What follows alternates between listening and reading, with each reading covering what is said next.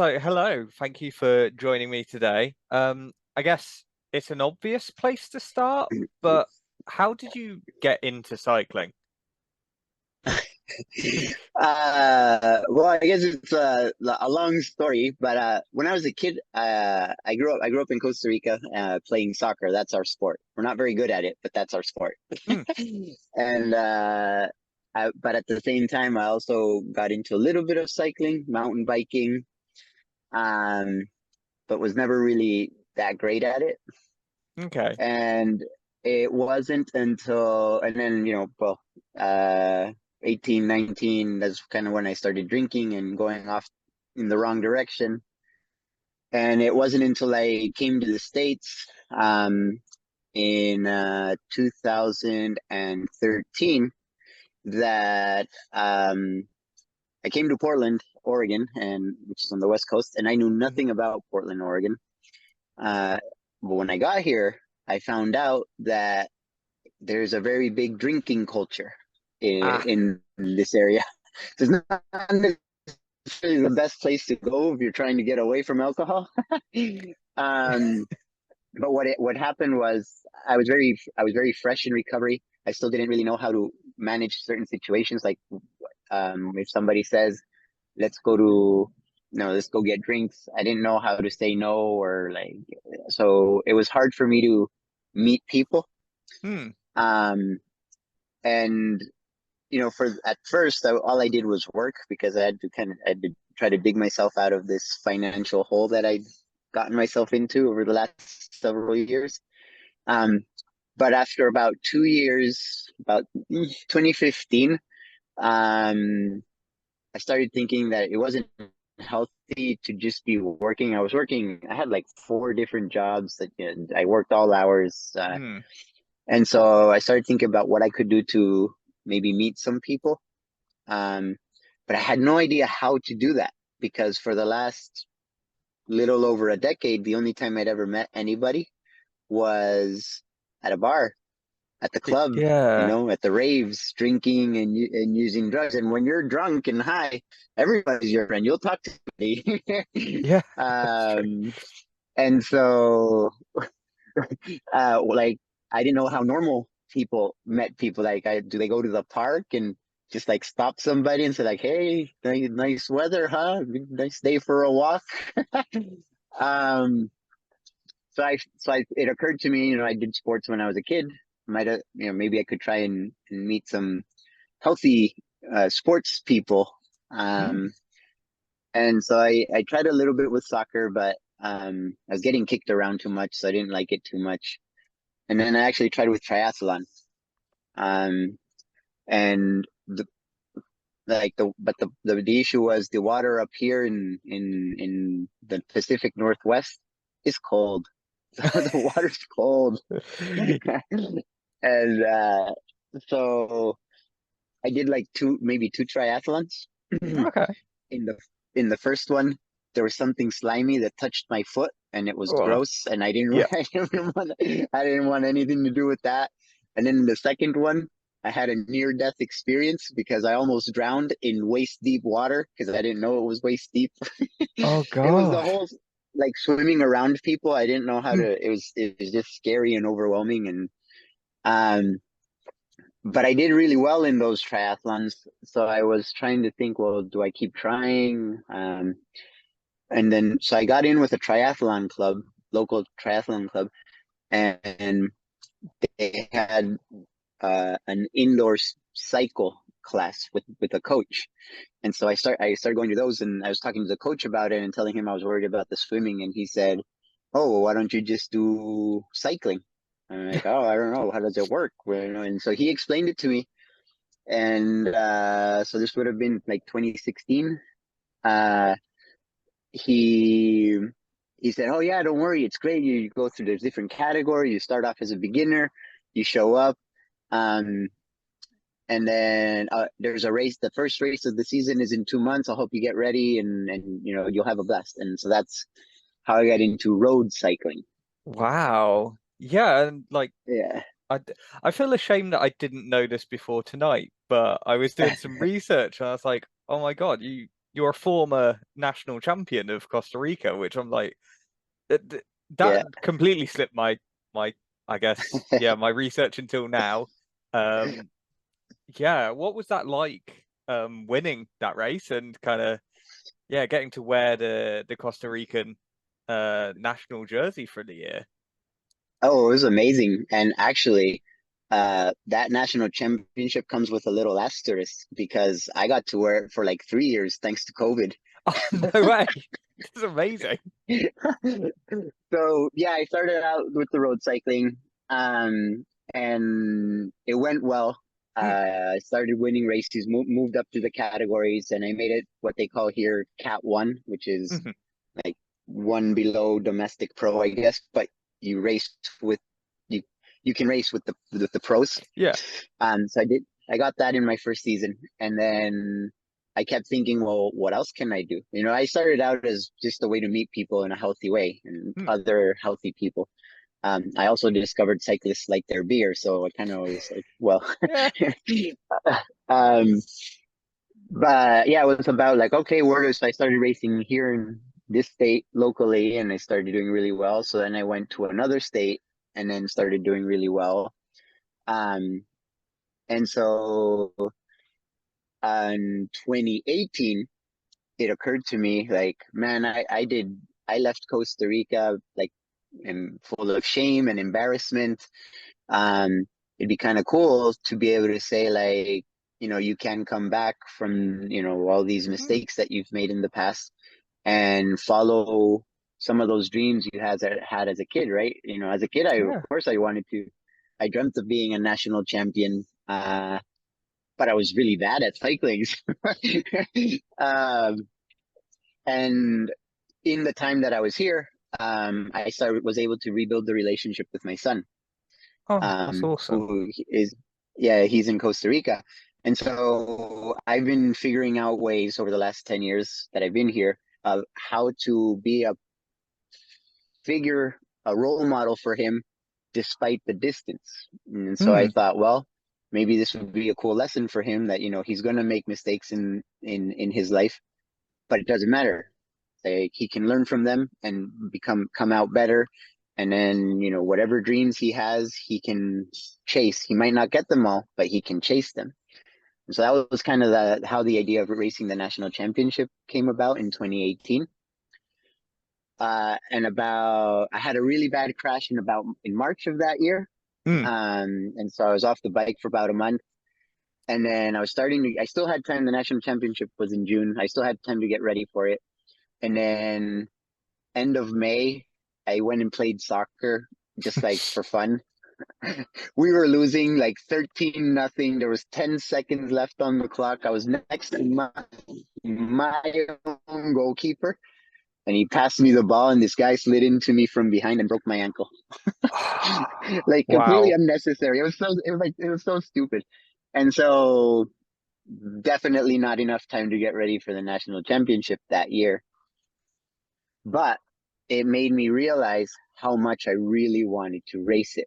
I wasn't Mm. thinking about winning it. For me, it was racing it. I wanted to like show my son that I wanted to give him something that he could be proud of his dad instead of, you know, my past life. And so I got a coach for the first time, and he helped me get ready for Mm. to race it in 2019.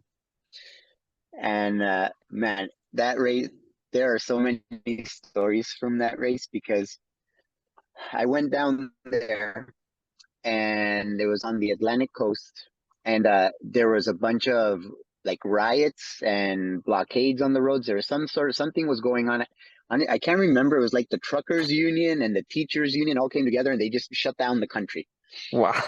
And so to get to this race, I went the wrong way on all the like little side roads. I went like 20,000 zigzags to advance 1 kilometer. Yeah. Like Jeez. we did all sorts of magic to get there, but we got there. Uh, they changed so that I got there on Saturday. The race was on Sunday, and it was supposed to be at 9 a.m. So at like 7, I'm eating breakfast, and thinking I have plenty of time to get to the race. And I show up at the race at 7:51 a.m. and I see people lining up at the start line, and I'm just there picking up my number. And I go, "Is the race start at 9?" And they say, "No, it starts in 9 minutes." That's how I know it's 7:51 because they start. Yeah. That's what they said. It started 9 minutes. I'm like, wait, did they change the time? Yeah, didn't you get the message? We changed the time last night at like 11:30. We sent the message out Oh to yeah. everybody. And I'm like, no, I didn't get the message. I'm not even on your list. Um, so I had my best friend with me. He's one of the very few people. He's like a brother. He's one of the very few people that still uh have a relationship with me Mm, after everything that I did. Like everyone pretty much, like even my own family, they like didn't really want too much to do with me. mm, This guy and his grandmother, who is actually like my grandmother, she did a lot to raise me when I was a kid. yeah. Uh, um, I was, the whole plan, the race plan for me was, hey man, I called him and I said, hey man, next weekend there's a race. I'm going to be down in Costa Rica. How about you get your family? I'll take my son. We'll go down to the beach. You drive the race day. You drive behind the race, and then when I drop out, you pick me up and we'll just go hang out at the beach and it'll be fun. That was Yeah. the race plan. And so I got this guy who's never driven, never done any kind of assistance in a race, never driven behind a race. He didn't know what I was doing, what he was doing. I didn't know what I was doing. Um, I got the numbers on; they were on all crooked because Yeah, of course, yeah. we had like 2 minutes, and we started, and the race was actually pretty exciting. The first hour was really fast.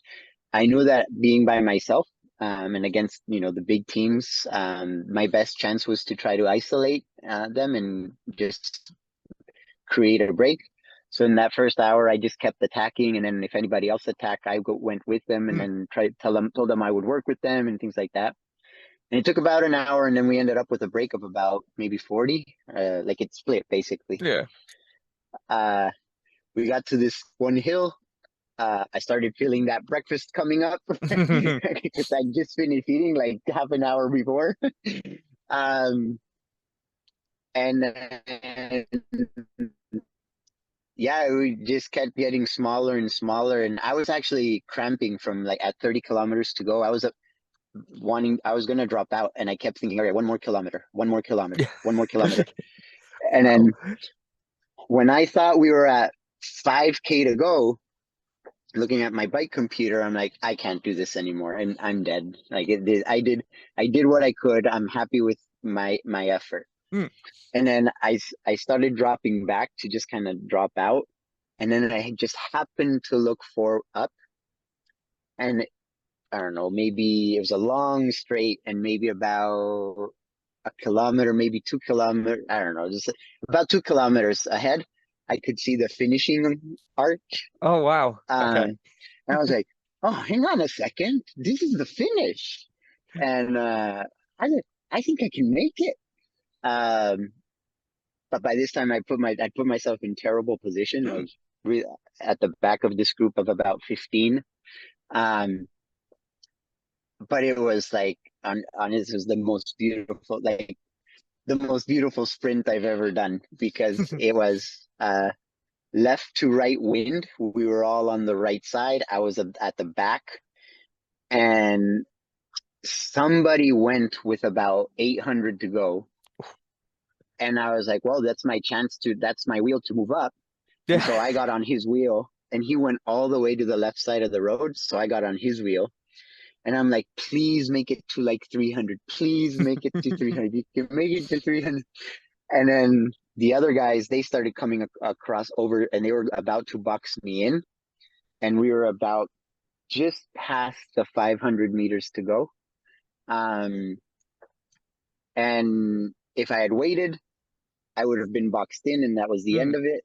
So I figured, well, I might as well go now, and then whatever happens, happens. And so I went and just barely managed to keep it.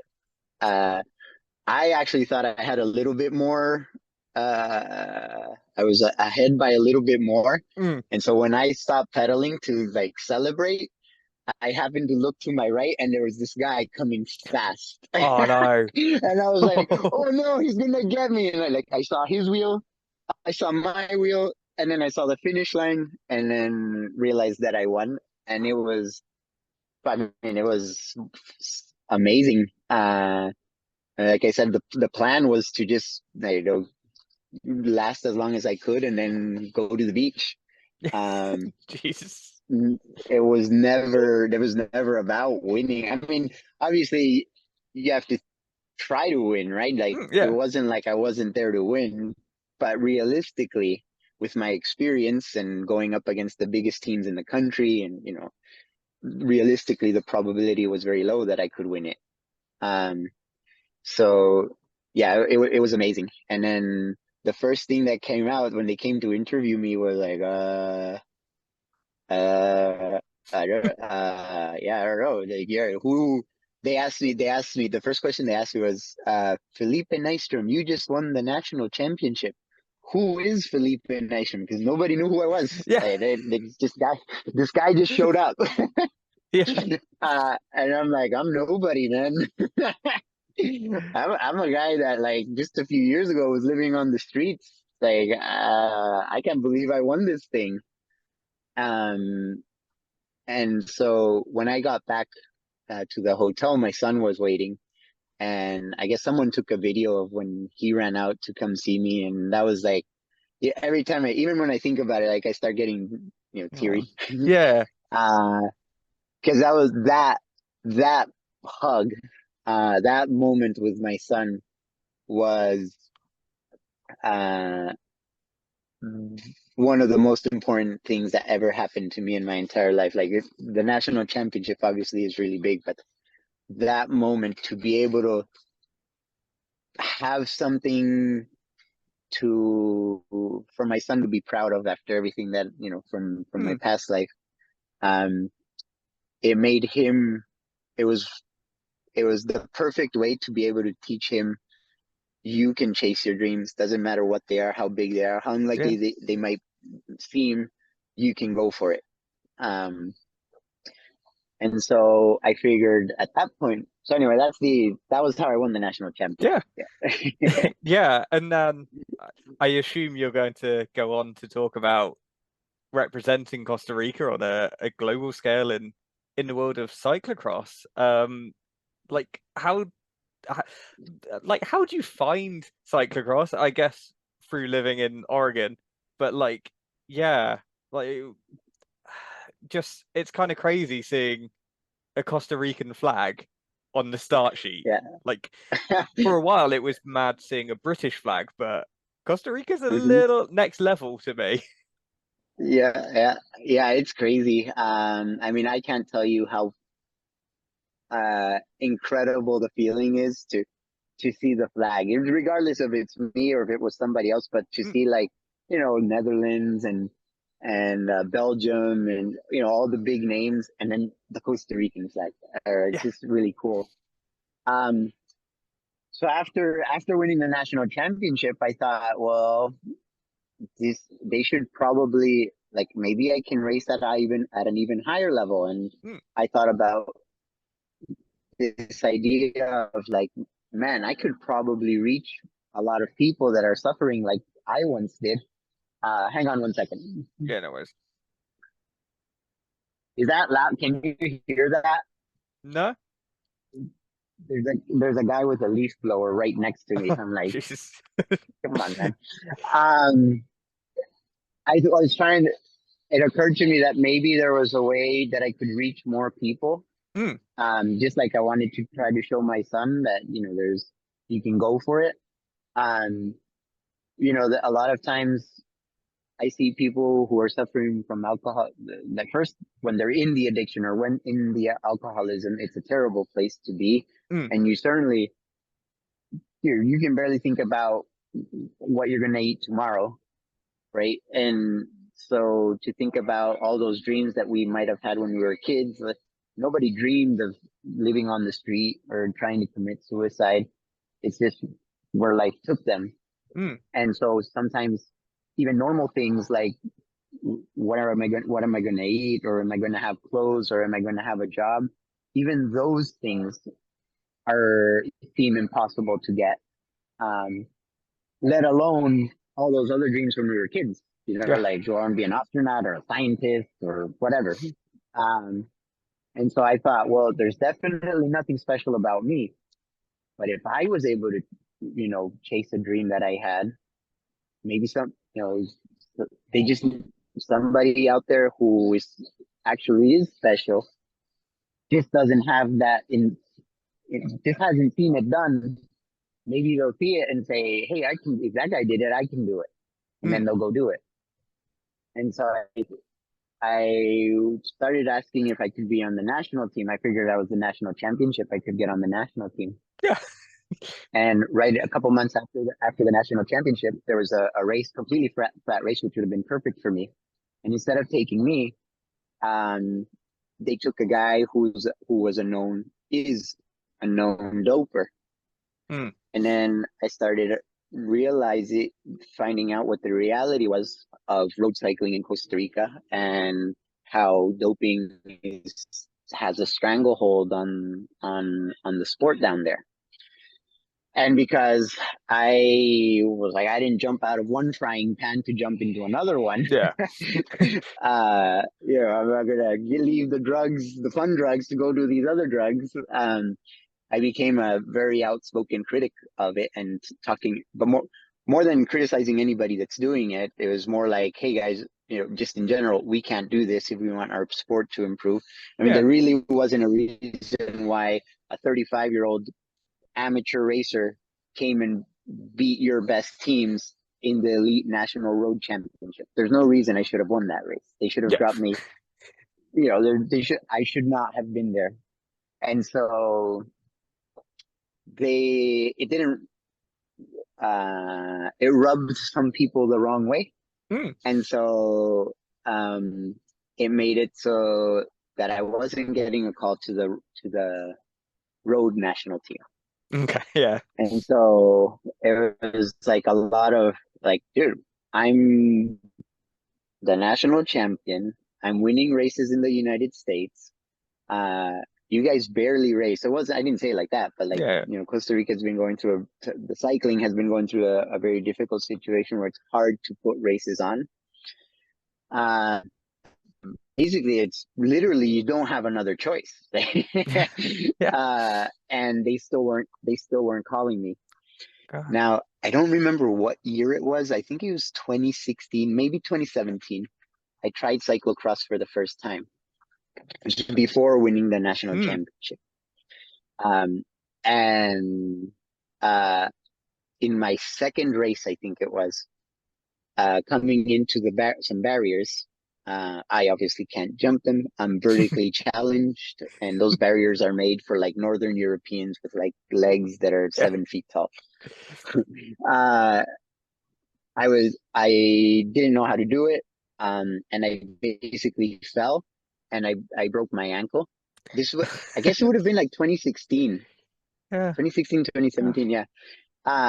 And I slammed into the barriers, and I hurt myself, and my ankle hurt, and I was like, this is the stupidest sport in the world. Like, why would anybody want to do this? It's cold, it's rainy, it's muddy. They're putting things on the course to make me get off the bike on purpose. Like, why would anybody do this? Everybody, all wrong. You're gonna love cross. It's so much fun. It's great. It's amazing. Oh, it's gonna be great. And I'm like, who thinks this is fun? I'd never even heard of cyclocross, right? In Costa Rica, I never even heard about it. So this is where I heard about it, and it was supposed to be fun. I didn't have fun, and I hated it. I'm like, I'm never doing this ever again. That's it. I'm not going to do this ever again. And here and there, I would do a few races, mostly because it was just for training, keep fit in the off season and whatnot. But it was always about road for me, and then a little bit of mountain biking. But when I started running into these issues with not getting a call to the national team, then it became all right, if you're going to say no, I'm going to find a way to make you say yes. I'm going to make it impossible for you to say no. I'm going to find a way. And it was the same thing. Once again, another opportunity to for example, show my son, look, man, they're saying no, and I have all the qualifications to do it, but they're saying no. So I have a choice. I can accept their no and then get mad and just give up, or I can find a way. Yeah. And so I found out about the World Championship in Fayetteville. It's going to be in Fayetteville a couple years ago. And so I was like, okay, I'll find out. I'll figure out cyclocross. And so I started getting, like, I started looking at YouTube videos. I got a subscription to GCN so that I could watch the races um, and then just started hounding the federation, like, hey, World Championship is in January. Can you let me go? Can I represent Costa Rica? And I wasn't getting answers. It took months not getting answers. Then there was a new election, so a new board came in, and then I had to start all over with them. Yeah.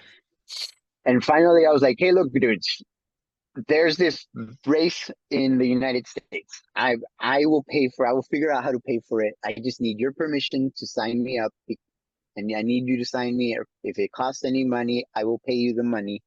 I need just help me with that. I'm not asking you for anything else." And I wasn't getting an answer, wasn't getting. And finally, I called the president of the federation on a Saturday, like at 7 a.m, and he answered. I was like, "Look, man, don't hang up. Here's the deal. Yeah. You guys don't do cyclocross. I don't even know a person that has a cyclocross bike in Costa Rica. I'm not taking anybody's place. I'm not asking for any help. I mean, if you want to give me help, that would be amazing. But I'm not Yeah. asking for any help. I'm not asking for anything. I just need your permission. Let me do this, please." And the guy was like, "You know what? Yeah, go ahead. Do it. You figure it out. You pay for it. You do it." And I was like, "Yeah." And so that's how ended up planning out to go to the first World Cup race of that season was in Waterloo, Wisconsin. And then there was the one in Iowa, and then the Yeah. one in Fayetteville. But I can't remember what the order was. It might have been Waterloo, Fayetteville, Iowa. But anyway, so I did those three. And then I went to Europe for the first time in what was it, December 21, I think, December 20th or December 2020 or 21. Not this last season, but the year before. Yeah. 21, 21. yeah. Yeah. Uh-huh. And you know, it's still COVID, and so there weren't a lot of fans, and that was hilarious because the first race I did in Europe was Ruckfin. Yeah, because it was Ruckfin Namur Dendelman. So in Ruckfin, and I had a bunch of mechanicals, and like my tubulars rolled off, and like I got pulled out after like 3 or 4 laps. I was so excited because since there was no spectators, I basically had like front row seat to watch all these amazing guys, Pitcock and Van der Haar and Lawrence and all of them. And like I could go anywhere on the course and watch them. So I was super excited. And then this guy, he comes up to me and I see him with a microphone and he's like, "Hey, blah, blah, blah," something as he's speaking Dutch, right? And all Yeah. I understood was like, blah, blah, blah, blah, blah, blah, Felipe Nystrom, blah, blah, blah, blah, blah, Costa Rica. And he puts the microphone in my face. And I'm like, hi, hello. Um, and then I got home or back to the hotel, sorry. And I had like hundreds of WhatsApp messages and hundreds of messages on Facebook and Instagram. I'm like, what's going on? Um, and this guy and the woman who's been amazing, Christelle from the UCI, or she consults with the UCI. She's been an incredible helping me navigate all of this and telling me where I need to go and who to talk to and all of this. And she sends me a message and she says, "You're famous." And I wrote back, "Wrong number." And she said, "No, seriously, you're famous." And she sends me a link and she did this interview. And apparently it was an interview for Belgium national TV. And because there were no spectators, the only way to watch the race was on Yeah, TV. of So like course. I don't know how many millions of people heard it. And so the next day at Namur was like, I got there and people were like, Costa Rica, Felipe. Like people were even trying to find me in the parking, like team parking area. And I couldn't Gosh. believe it. Like, are you sure you're looking for the right guy? Like, uh, and I don't know if you saw some of the videos, but like everybody was so great there Yeah. that when I got pulled, I was like, I gotta go thank these people somehow. Mm, And so I started walking counter course direction, mhm. just kind of saying thank you and waving at people and like, appreciating the stuff. Um, and then kids would see me and they'd like, oh, that's Costa Rica. And they'd want pictures and nobody had ever wanted a picture with me. Um, and then when I got to that really steep technical descent Mm, at the course right before the cobbled climb, that's when like the fans started chanting Costa Rica, wow. and then like all those videos that went kind of viral Yeah. with that. Like I just started crying, and they started chanting even louder, and oh man, it was such an amazing experience. And then I got to do, and then the following week I did Denderwand, Mm, um, and then the World Championships. Um, wow. yeah, so that's kind of how cyclocross. I went from hating it to, I guess, I to now learning to love it. Yeah, of From course. yeah, Um, I'm very keen not to let time get the better of us. yeah, yeah. So what are the goals for this year? Do you set yourself goals, or are you just going, I want to show up at this race, see what happens, there for the Yeah, ride, I- basically. it's a combination. I set myself plans, goals A through Z, you Hmm. know. Um, Last year through everything I got to do and some of the people I got to meet, then last season I was able to go to Europe for a month and a half. Yeah. Thanks to the people that do the timing, Chrono Race, and Christian and his partner Angelique. They let me stay at their house for the Oh entire wow. time. They lent me a car so I could get around. So it was like a huge, huge, huge help. Hmm. They actually got me from, so they live in Belgium, which is where I was, and then they got me to Spain so I could do Benidorm, and then Wow. they got me to Besançon so I could do that one, and then Hoogheide to finish it off. They've been amazing. I mean, will be eternally grateful to them. Um, so the goals are always ideally the plan for this year. The goal for this year will be to do the World Cup race in October here in Waterloo. Hmm. Then I'm one of the main reasons I do this now is because the federation or the national team, road national team, they kind of pushed me aside because I didn't want to race like they did. In their Hmm. words, in the national team coaches' words, I don't align with the coaches' methods and practices Yes. as reasoning as to why I don't do it. So I said, you know what?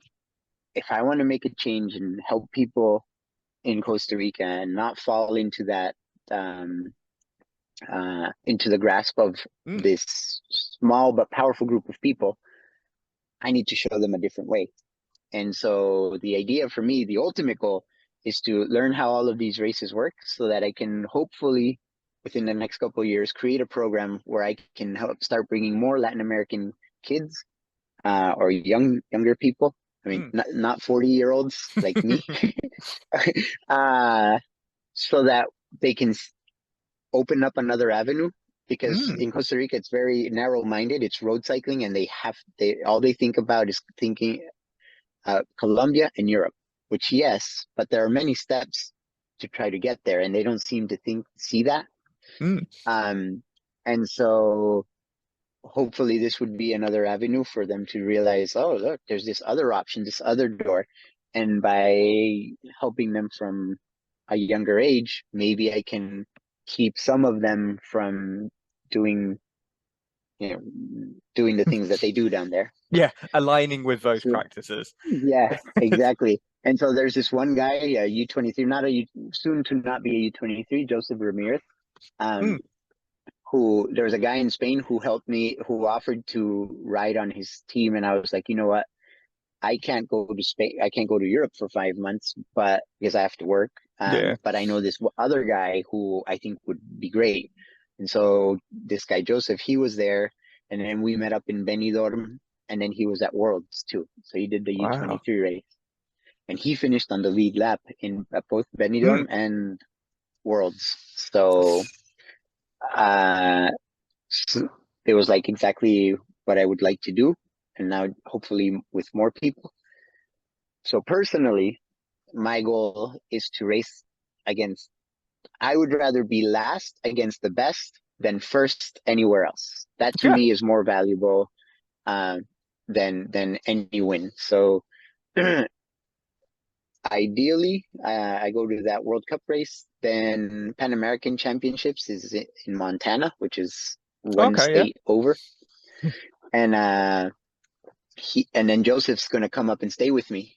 And we'll either do the World Cup race, and if he doesn't come to that, we'll go to Pan American Championships. Because I've been helping him get to, travel to some of the races, bigger Mm. races. So we'll do that.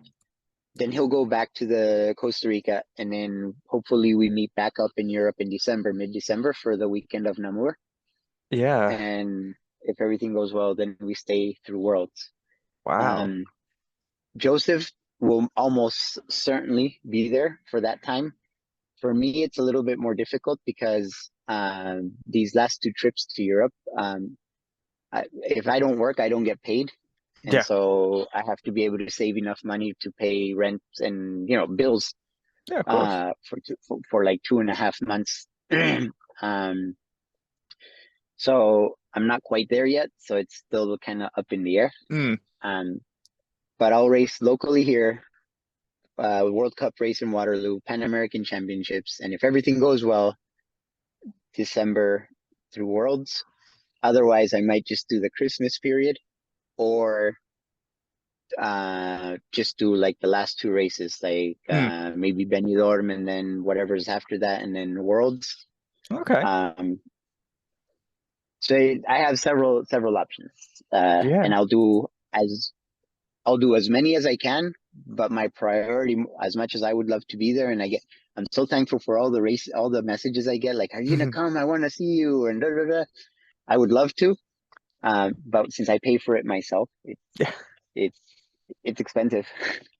And my priority would definitely be helping Joseph, Mm. um, because I think too many times, and even myself included, I was very selfish in my previous life, and Mm. so being able to say no, Joseph uh, actually has a shot at this, and I could do more by being a small part in helping him get there than trying to do what I want to do and not getting there. So Yeah.